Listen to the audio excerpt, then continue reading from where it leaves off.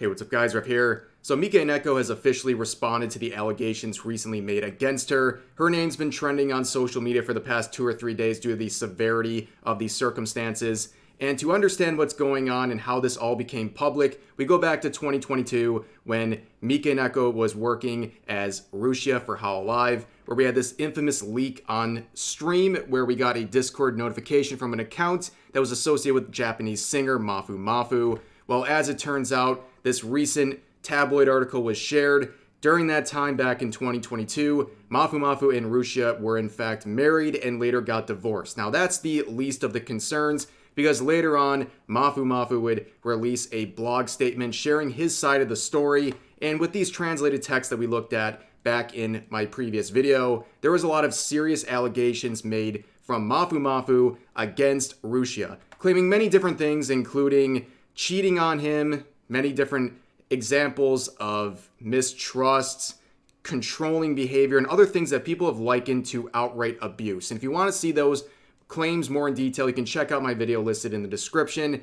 But today, we have some more news regarding this situation. I mentioned this in the video yesterday that during my recording, there was a live stream hosted by the YouTuber Kore, where he was hosting Mafumafu on stream to talk about this situation. And during the stream, he shared more evidence showing the condition of the house, as well as chat logs between A-san, which we now know is Mikeneko, and the person she supposedly cheated on, named B-san, and these were all reviewed. Now, we have the same translator from the last set of translated text, who provided a stream summary of what happened in some of the questions.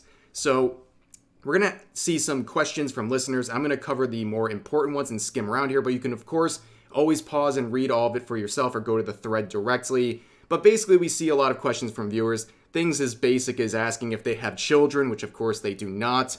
But also they asked a lot of things about the behavior of Mafumafu towards A-san, because some people believe that he might be the bad person in this situation, and he outright rejects all of that, and saying that he was subjected to moral harassment himself, and that he never had any proof of anything in his Discord logs as long as he could tell. And moving forward, there was a lot of talk about the surveillance of Mafumafu. He claims that he was under 24-hour surveillance by Mikeneko, where she would force him to even leave his Discord call on while he was sleeping so she could hear him breathing to make sure that he wasn't cheating on her. There was a very strong fear by Mikeneko that he was out cheating on her, and this is something that Mafumafu outright rejects. And he goes on to clarify about A-san, or Mikeneko, cheating on him with a person named B-san, and he confirms that once again and talks about that and says there's some things he can't quite show, but the text message conversations that I believe are through Discord or Line, he would share those on stream and people would basically be allowed to determine for themselves if this was evidence of cheating, where she was inviting this individual to share a room with her. And they would continue to go on, and it was very clear that this was a difficult conversation for Mafumafu to have. He kept breaking down during the conversation, not just because of the fact he believed he got cheated on, but also the timing of this event. This all happened right after they got their marriage license registered, and it was on Christmas, and it was this whole terrible thing. And there was also more alleged proof of this controlling behavior, where Mafumafu was set to appear at a special event, and A-san, Mikeneko, would get jealous about this situation because there would be women at this event, so he had to basically tie himself off in another room and then immediately leave the second his work was done to make sure that he wasn't going to have the opportunity to cheat on her or give her the illusion that he had the opportunity. But going on forward, he would also clarify another detail where he claimed earlier that there was a claim that there was an urn containing the remains of A-san's pet cats. He would confirm that this was not a cat, this was a hamster as it turns out.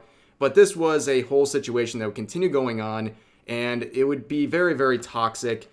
And we would see a paragraph here describing what he likes about A-san. Of course, there's things that he liked. We all know that because they got married. At least there was something that he liked about her and things she liked about him. But we would get a very serious new claim down here about an individual called C-san. Now, originally, whenever there was fights between Mafumafu and Mikeneko, this C-san would come in as a mediator to the argument, and lo and behold, C-san would always take the side of Mikeneko and make Mafumafu look like the bad person in every situation. So then there's this whole other situation down here where Mafumafu would buy Mikeneko an engagement ring, and he would use it as a token of his loyalty to show that he was loyal to her. But after discovering that she might be cheating on him, he wanted the ring back, which would lead to another event where C-san would hear about this and decide to unveil some truth, where it was discovered that C-san was actually A-san's former boyfriend. It was their ex. And whenever there was that fight, of course, A-san would ask C-san to not say anything bad about her. And this was made allegedly under the threat that Mikeneko would falsely accuse him of sexual assault, among other things, as a sort of threat to make sure that he wouldn't say anything bad about her and that he would take her side in arguments with Mafumafu. Obviously, a very serious accusation that will be addressed later on. But basically, that was just about it. He would say that he stands by everything he says because he has evidence for this, and that there is a ongoing legal process here, and really he has nothing else to say to his listeners other than just to take what he says and make your own opinion on it, and that he's sorry for being emotional during all of this, and that he's sorry for lying about their relationship status over time and other things that he's had to cancel because of results of this formerly secret relationship between the two. However, following this, only about a half a day later, we would get an official response from Mikeneko, which was kind of ironic because some of her most loyal fans up until this point were still claiming that this supposed A-san, because Mafumafu only referred to her as A-san, was not Mikeneko, despite the fact that the tabloid article directly named her and that he went onto a stream that had her in the title, and also the fact that the circumstances just point right to her. But she would finally address this outright and make it very clear that she was the one who was the center of all of this controversy. Now, of course, we're dealing with translated text, so what I wanted to do with this part of the video is I took a original translated text and we're going to compare that side by side with a translator's summary of the event, summary of the document, and they compare really well, so it just goes to show that they seem very accurate. And yeah, we're going to go side by side like that. So it begins by talking about Mikeneko's side of the story. And it begins by talking about the recent controversies and that she's thanking everyone for the support and outright acknowledges right from the jump that she was in fact married to Mafumafu in 2021 and they divorced in 2022 shortly after her termination from Hololive. But also during this thread, she would also talk about how this is something that she wished remained a private matter instead of going public, but because Mafumafu and others made it public, she was now forced to make an address, especially since the public side that's out there is very one-sided in terms of it's just Mafumafu's narrative at this point. But you go on to immediately address the cheating allegations throughout all of this, and she would outright say that she did not cheat on Mafumafu with this B-san person. However, what's interesting is down here, a lot of people are criticizing this. Her defense to these screenshots that she even admits look somewhat suspicious that he shared on Korikori's stream, she excuses this by saying that the messages were sent on the spot or as a joke, which is very, very interesting in terms of a defense.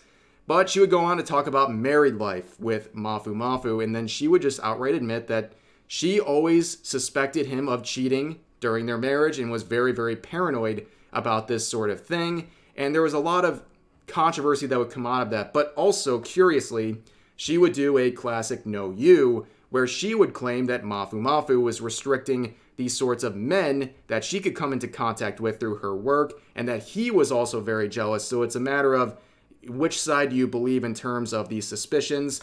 But moving on, she would also address the divorce, where there was talks about a certain dollar amount and other demands that were being made. And she would outright say that yes, she at first asked for money to the divorce because she thought it was a one-sided divorce and it came out of nowhere. And she says that she also can't expand anymore on that because of legal concerns, and that there was no concrete evidence about the cheating, so that's why things kind of fizzled out.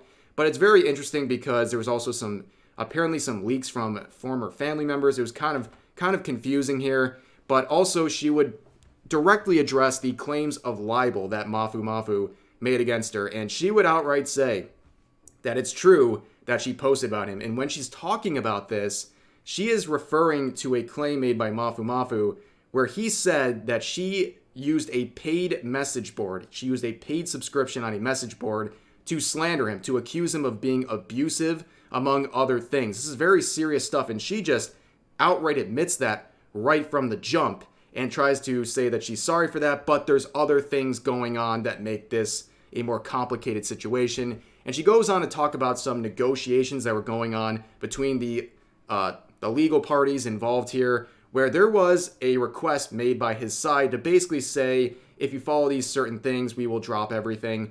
And the settlement initially was asking Mikeneko allegedly to suspend all activities under these streaming names, not to use any social media, to issue a statement for what is requested by him, and to pay him 1 million yen in compensation. And perhaps unsurprisingly, with their lawyers, they decided that this was too much and they would not agree to this settlement.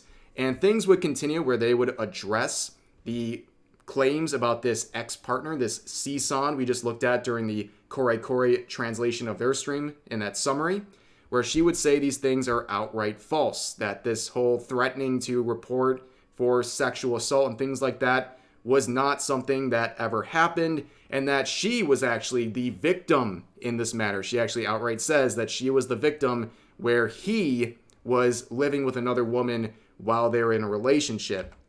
And they would go further and make sure that this was very clearly a situation where not only is this C-san person supposed to be unreliable, that she was the victim of him because of his cheating. So a lot of cheating allegations flying around all over this story. But also she would address the pet situation, where she would say some of the photos that were being shared as evidence aren't proof that she was being neglectful towards her pets. And she also confirms, like it was on Kore's stream, that the pet in question, the one that was in the urn, was not the cat. It was actually a hamster that she cared greatly for. So she had that apparently cremated.